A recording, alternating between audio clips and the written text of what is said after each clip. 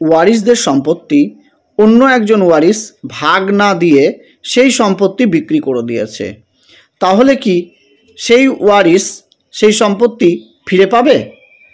এক্ষেত্রে বলবো, যে ভাগ না দিয়ে বিক্রি করেছে বা যে জমিটা কিনে নিয়েছে তা সত্ত্বেও যে বঞ্চিত হয়েছে যে ওয়ারিস, সেই ওয়ারিস অবশ্যই সে মামলা করতে পারে। প্রথমত দুটি মামলা করতে পারে। একটি হলো যে চিটিং কেসের, তাকে না জানিয়ে তার যে ওয়ারিসকৃত সম্পত্তি সেটা বিক্রি করে দিয়েছে অন্য ওয়ারিস, তার নামে ফ্রড কেস, চিটিং কেস হতে পারে। আর দ্বিতীয়ত যেতে হতে পারে যে নিজের সম্পত্তির ভাগ পাওয়ার জন্য পার্টিশন স্যুটের মামলা করতে পারে সিভিল কোর্টে। চিটিং কেসটা হবে ফৌজদারি কেসে, ফৌজদারি কোর্টে, আর আপনার পার্টিশন স্যুটের মামলাটা হবে সিভিল কোর্টে। সেখানে কোর্ট কিন্তু দেখবে সে একজন বৈধ ওয়ারিস কিনা। সেই জন্য যে সম্পত্তিটা থাকবে তার যদি বাবার হয় ডেথ সার্টিফিকেট লাগবে, প্লাস সেক্ষেত্রে তার ওয়ারিস সার্টিফিকেট লাগবে, আর সেই সম্পত্তির বিবরণ লাগবে। বিবরণ লাগার পর তারা যতজন ওয়ারিস রয়েছে এই ওয়ারিস সার্টিফিকেট দেখে কোর্ট কিন্তু নির্ধারণ করবে প্রথমে যে সে একজন বৈধ ওয়ারিস কিনা।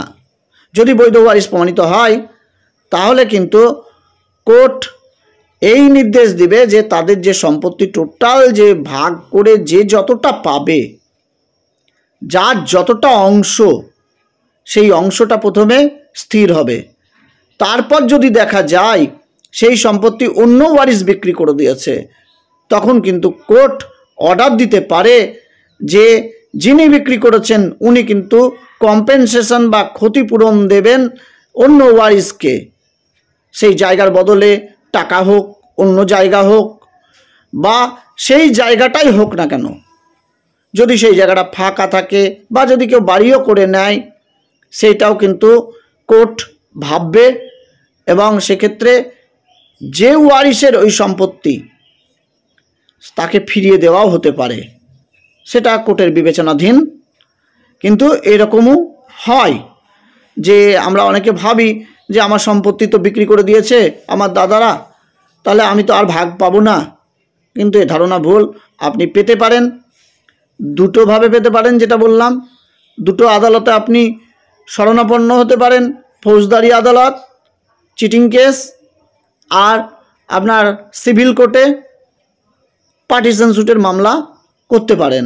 এইভাবেই কিন্তু এই মামলাগুলোর